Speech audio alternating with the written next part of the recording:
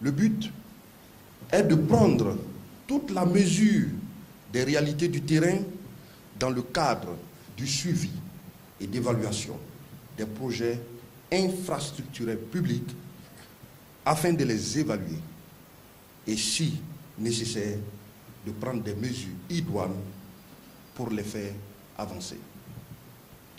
Le chef de l'État a fait de la réalisation des infrastructures publiques une priorité, son véritable cheval de bataille. Vous vous souviendrez encore certainement qu'il y a 7 mois, tout le gouvernement était en immersion de 30 jours dans nos terroirs, avec la tenue de 4 sessions ordinaires des conseils des ministres. De cette expérience exceptionnelle, nous avons pu faire un diagnostic approfondi et empirique de l'état du pays et relever un manque criard d'infrastructures sociales de base dans nos localités, une insuffisance, voire une absence de ressources humaines de qualité dans les services déconcentrés, une insuffisance d'allocation financière pour le fonctionnement des services, l'affaiblissement de l'autorité administrative publique locale par des ingérences politiques, une dégradation de la confiance entre l'autorité publique et les populations, un phénomène qui a induit parfois les citoyens, de façon regrettable, à se rendre justice. Pour y remédier, le gouvernement a décidé de placer le citoyen au cœur du développement. Le citoyen n'est plus un simple instrument de vote, réceptacle des promesses politiques. Nous avons alloué 43% du budget national 2023 à l'investissement. Nous sommes en train d'assainir le fichier de la fonction publique pour procéder très bientôt à des recrutements qui répondent spécifiquement aux besoins de nos collectivités. Nous avons inscrit dans le budget 2023 l'allocation de 20% du budget de chaque département aux services déconcentrés. La loi portant statut des fonctionnaires des collectivités locales a été votée. Restaurer également l'autorité de l'État en renforçant le pouvoir des gouverneurs, des préfets, des sous-préfets, des représentants directs de l'exécutif à l'intérieur du pays. Ce dispositif découle de notre volonté de faire le suivi des résolutions fortes de l'immersion et des engagements du gouvernement pris devant le Conseil national de transition lors de ma déclaration de politique générale le 14 décembre 2022. C'est ce qui justifie ces visites de terrain dans les régions et fait suite à la signature avec chaque département des contrats annuels de performance. La région de Farana est la deuxième étape des visites de terrain, après celle de Bokeh. Ainsi donc, depuis le 16, du 16 au 20 février, j'allais dire 2023, nous avons transmis le message de paix et de cohésion sociale du chef de l'État. Nous avons expliqué aux citoyens la pertinence de s'approprier le contenu du rapport des Assises nationales et de ses 45 recommandations. Nous avons expliqué le processus et les résolutions issues du cadre permanent de dialogue inclusif interguinéen.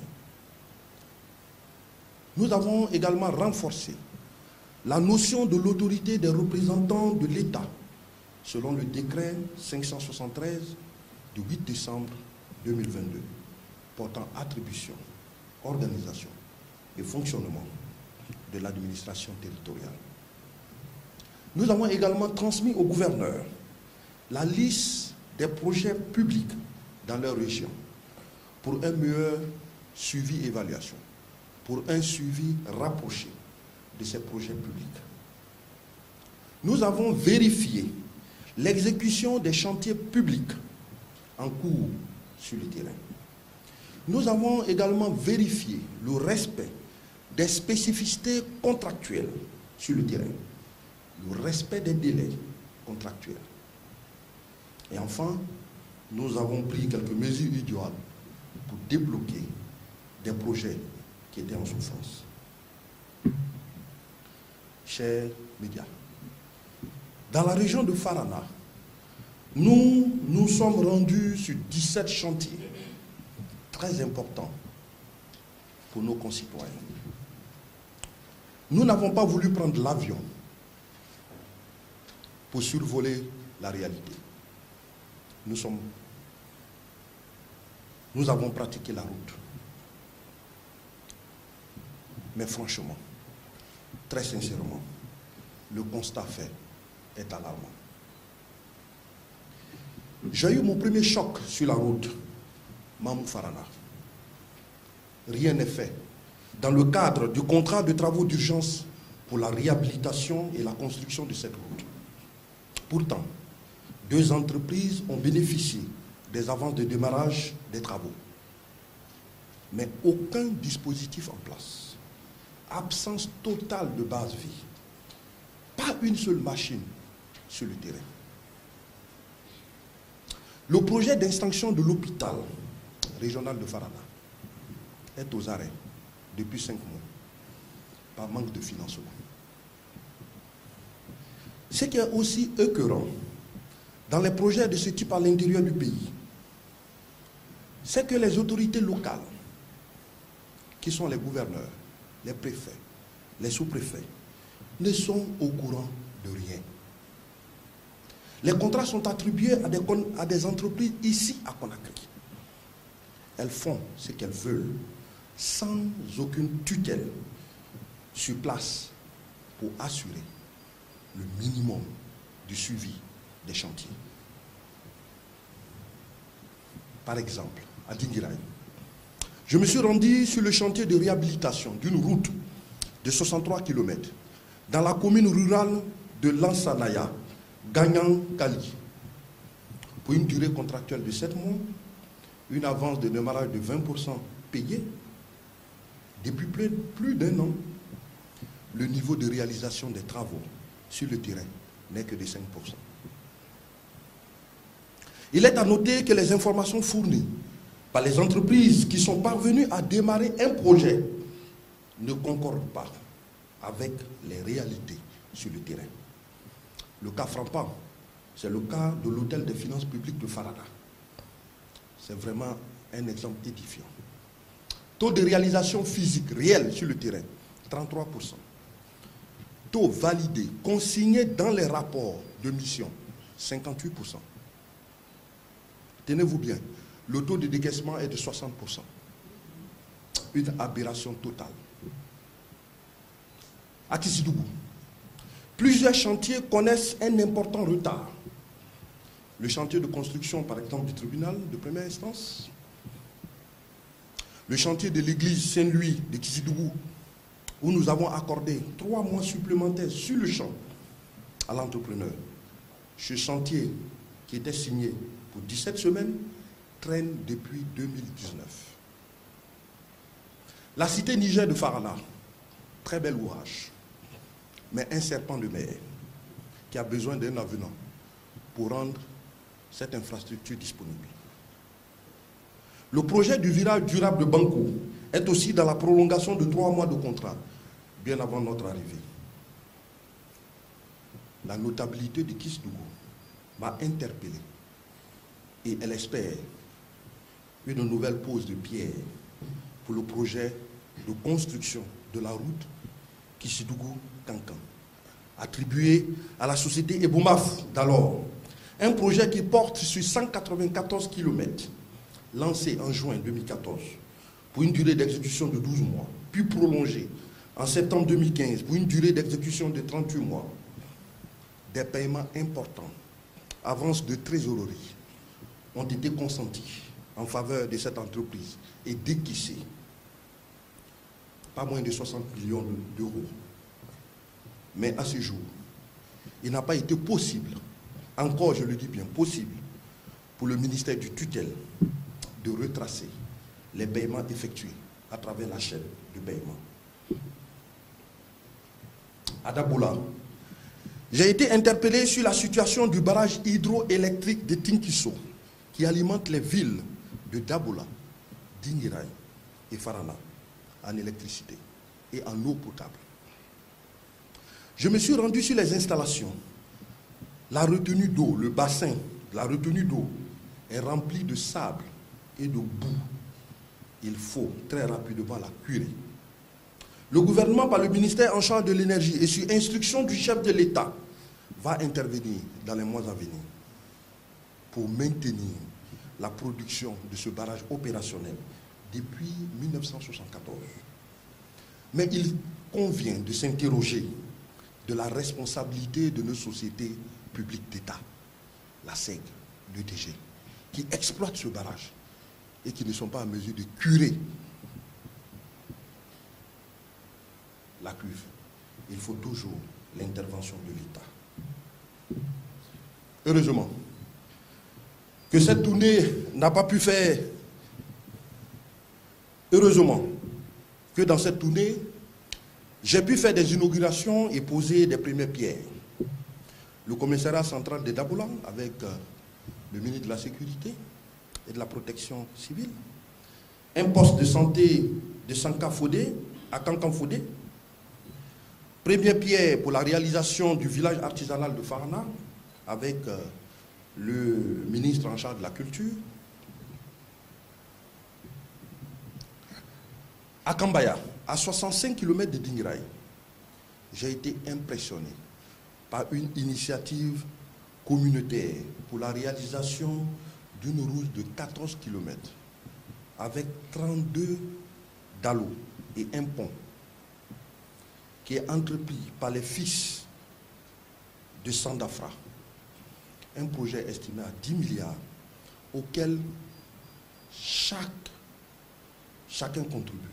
Hommes, femmes, enfants, ressortissants de ce village, résidant à l'étranger.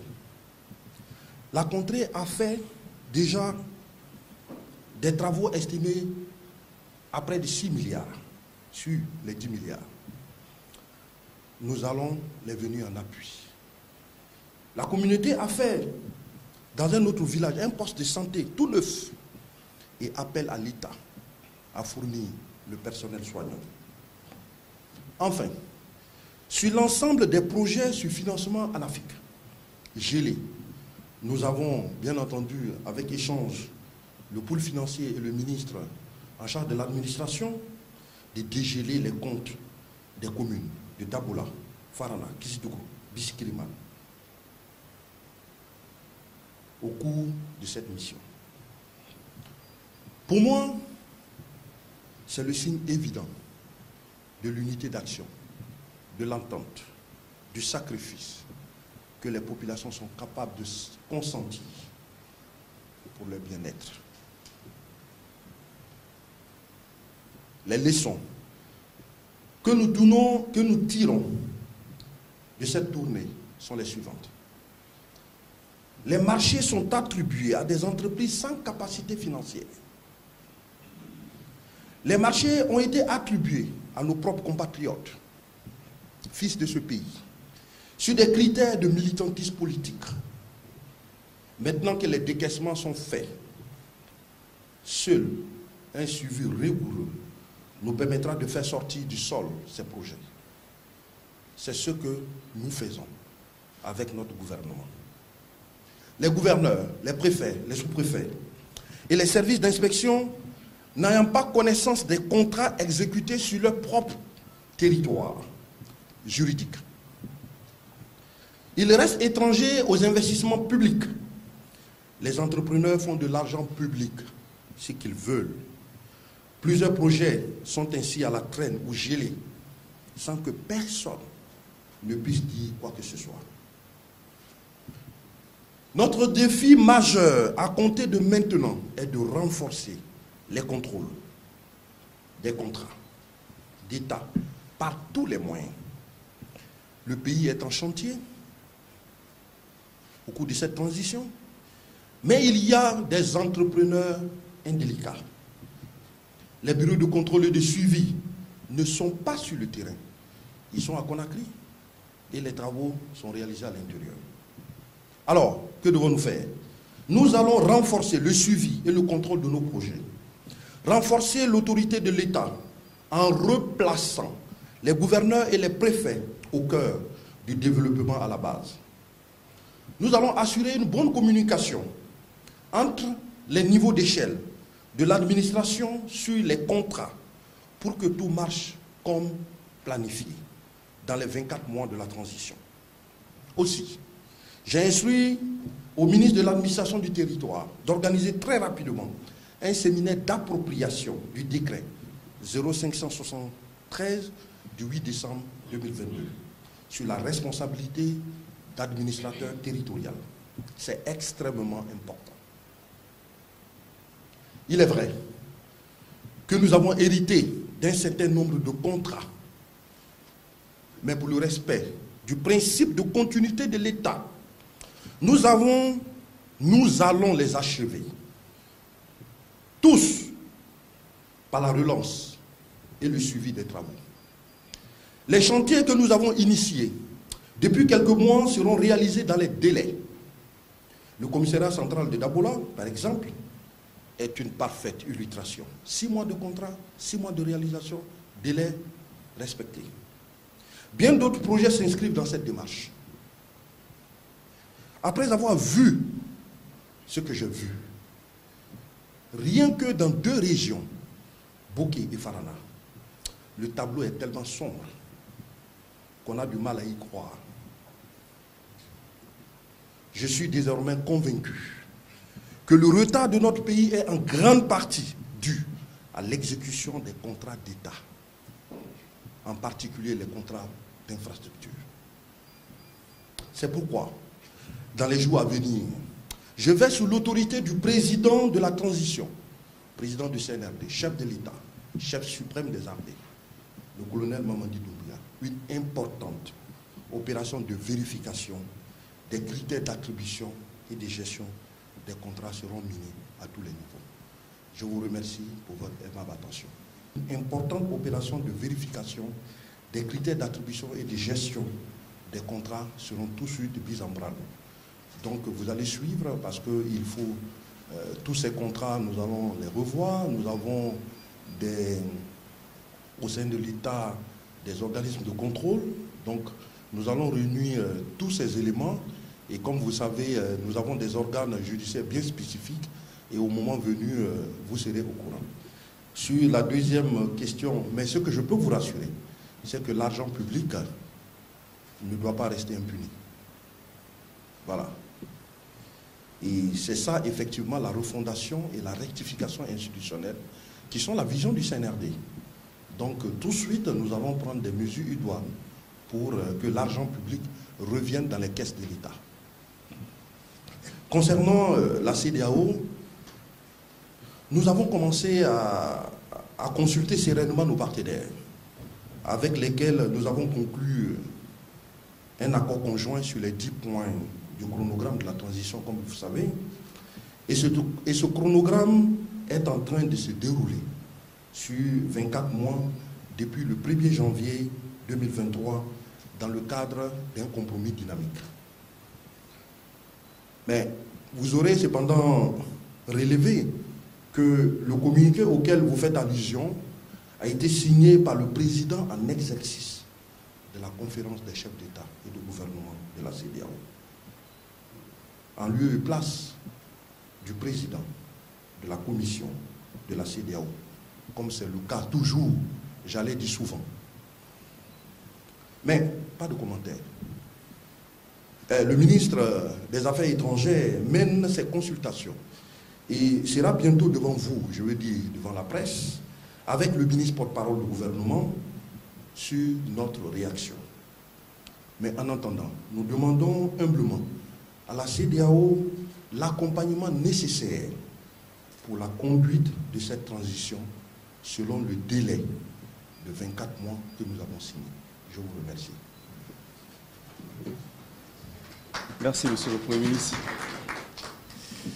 Monsieur le Premier ministre, Monsieur le ministre, Monsieur les membres du cabinet, chers confrères, chers consoeurs, merci pour cette mobilisation. Merci au service de communication du gouvernement, à la coordination. Je vois le coordinateur, son adjoint. Merci vraiment à cette belle équipe autour du ministre porte-parole du gouvernement ici. C'est votre maison et le gouvernement, c'est la communication. Merci. Monsieur le Premier ministre, merci. Merci bien. Merci.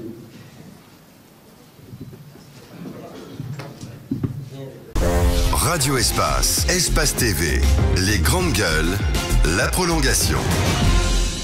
C'est la prolongation. Vous avez suivi avec nous ce point de presse du Premier ministre qui nous revient de tourner. Jacques, plusieurs dossiers ont été évoqués. Oui, je reviens sur les plus essentiels. Bon, pas les plus essentiels puisqu'il en a parlé, il en a évoqué suffisamment. Il a parlé de sa tournée donc dans la région, dans les régions de Bokeh et de Farana. Et il revient avec des constats et puis des annonces d'action. En termes de constats, il a évoqué notamment le projet de la route Kissidougou-Kankan, qui a été lancé, je crois, en 2014 pour 12 mois, arrêté et relancé en septembre 2015 pour 38 mois, avec un financement de 60 milliards de, je crois, 60 milliards de francs, non, 60 milliards de millions de dollars, et puis, d'euros, pardon, 60 millions d'euros, et puis, c'est Ebomaf qui devrait s'en charger. Le dossier, il est vieux. Nous savons tous ce qui s'est passé. Aujourd'hui, les travaux ne sont pas faits. Mais ce que le Premier ministre note, c'est que le ministère des infrastructures, donc ministère des travaux publics d'alors, mais devenu ministère des infrastructures, n'est pas en mesure jusqu'à date de tracer, si vous voulez, les paiements qui ont été faits, de savoir qui a payé, et qui a reçu, comment ça a été fait. Aujourd'hui, le ministère n'est pas encore en mesure. Il n'y a pas de traçabilité. Il n'y a pas de traçabilité sur le paiement qui a été fait par la Banque centrale de la République de Guinée. Une route quand même de 194 km, pas de travail, l'argent perçu et le ministère n'est pas capable de tracer. Donc, ça c'est une question. Je crois qu'il a reproché beaucoup de choses à ces services quand même. Ensuite, le cas du barrage hydroélectrique de Tenkiso, qui ravitaille, qui approvisionne l'eau et le courant électrique aux préfectures de Dabola, d'Ingirai. Je crois c'est les deux. Non, il y a une troisième préfecture. Et ce barrage-là est aujourd'hui rempli de boue. Sauf que le Premier ministre reproche à la SEG et à EDG de ne faire aucun effort pour draguer. Bon, on pourra se poser des questions. Est-ce que les deux sociétés ont les moyens pour faire ce travail? Sur la question du dragage. Sur la question du dragage, mais en tout cas, c'est ce que le Premier ministre a annoncé. Et puis, il a parlé des projets ANAFIC.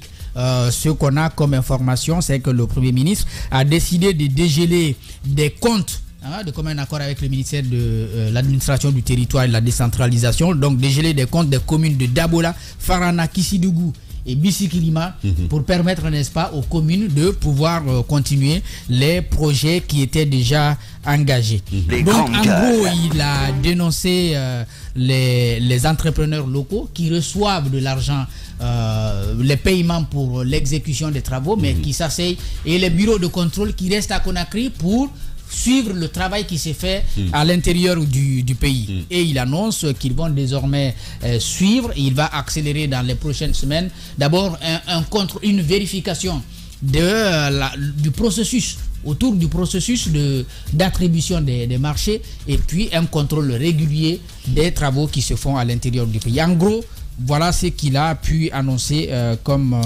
information.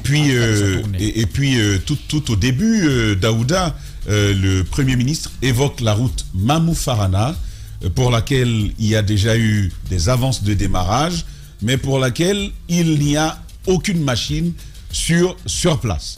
Et il évoque cette réalité-là. Effectivement, et c'est d'ailleurs ce tronçon qui m'a encore, je vais dire, interpellé, parce qu'on s'est toujours posé la question. Moi, personnellement, on voit les actions sur des routes partout, même si c'est une machine qui passe une fois par mois ou par an, mais le tronçon Mamou-Farana, toutes les fois que je suis passé là, je n'ai relevé aucune activité. C'est un des plus longs tronçons. Un des plus longs tronçons. C'est le plus long tronçon. Comme si cette route n'était pas dans les priorités.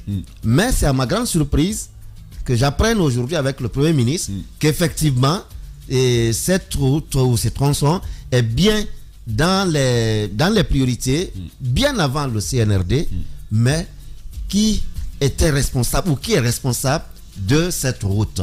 Pourquoi cette route est-elle abandonnée? Ce sont aujourd'hui des questions auxquelles... C'est évidemment des questions sur lesquelles nous reviendrons demain. Voilà. Parce que le discours du PM est rempli d'informations à étayer pour nos auditeurs. Effectivement, aujourd'hui, il faut bien qu'on nous dise qui est responsable de la construction ou en tout cas des travaux prévus sur cette route. Pourquoi tout ce temps la route est restée comme ça? Parce que vous savez aussi que c'est un tronçon où il y a beaucoup d'attaques à main armée. Les coupeurs de route. En effet. Les coupeurs de route. Donc, et tout cela doit nous amener à questionner pourquoi cette route est-elle autant abandonnée. Oui. Parce que ça travaille sur le grand projet des accords, de l'accord cadre Chine-Guinée avec Koya Dabola. Il y a des travaux également à partir de Kisudougou. Il y en a eu Kisudougou-Gekedou, même si ça s'est arrêté à un niveau. Après, ça a continué. Partout, il y a des travaux. Mais sur ce tronçon particulier, tout est abandonné. On ne sait pas pourquoi. Parce que moi, franchement, n'eût été aujourd'hui cette sortie du Premier ministre, j'avais dans ma tête, c'était pas une route en priorité. Oui. C'est pas une route prioritaire, effectivement. Mais il y a quelques jours, déjà, ils ont commencé ces travaux de reprofilage. Voilà. Est-ce que c'est dû à des interpellations de la primature ou du ministère des Infrastructures? C'est bien ce qu'on attend de savoir. Et on attend aussi de savoir c'était quoi le budget du déplacement du Premier ministre. Ah oui. Quelle utilisation il en a fait. On a bien besoin de le savoir. Et tu me tends la très très belle perche parce que finalement, disons que la plainte n'est pas suspendue. Elle n'est pas suspendue. Le volet pénal. Oui. Sur le volet pénal, voilà. Mara a une bonne nouvelle. Je vais vous montrer quelque chose. Pour nos téléspectateurs. J'ai promis que je vais mettre ceci dans un cadre. Je vais l'encadrer. Il faudra soulever pour que les téléspectateurs y voient. Le même type de convocation, c'est arrivé tout à l'heure en pleine émission. Cette fois-ci, je suis convoqué à me présenter. Je suis appelé à me présenter donc le 22. Ça c'est demain à 9h. Donc il ne faut pas que je fasse les GG demain à 9h. Et puis, mais bizarrement, vous savez, on avait envoyé un courrier à la DPJ hier et il se trouve que tout ce qu'on avait reproché à la première convocation s'y retrouve, mais il y a même pire cette fois-ci. On met simplement conformément notamment aux articles 363, 364 et 366. C'est tout. De la Constitution, du Code pénal. Non, mais il n'y a rien. Nos avocats s'en occuperont. Les avocats vont s'en occuper. Nos avocats s'en occuperont. Mais je suis toujours convoqué à la division des investigations criminelles. Ça me réjouit particulièrement. C'est la criminalité. Ouais. C'est un peu demander des comptes pour des dérapages graves lors d'une tournée ministérielle. Ça, là, on ne va pas abandonner. Elle est désormais criminelle dans notre pays. Les factures tombent. Et on verra Mara, Zachary, il y a un temps pour tout. Il y a un temps pour tout. Mais du côté du procès du 28 septembre, vous savez, il y a des gardes pénitentiaires. Vous savez, il y a la gendarmerie. Le budget des perdièmes et entretien de tout ce beau monde-là. Non, mais on s'y intéresse. De toute façon. Voilà. Donc, on regarde ça de près. On va marquer avec vous, avec la technique, on va marquer cette petite virgule. Et puis, on abordera le dernier virage de cette émission.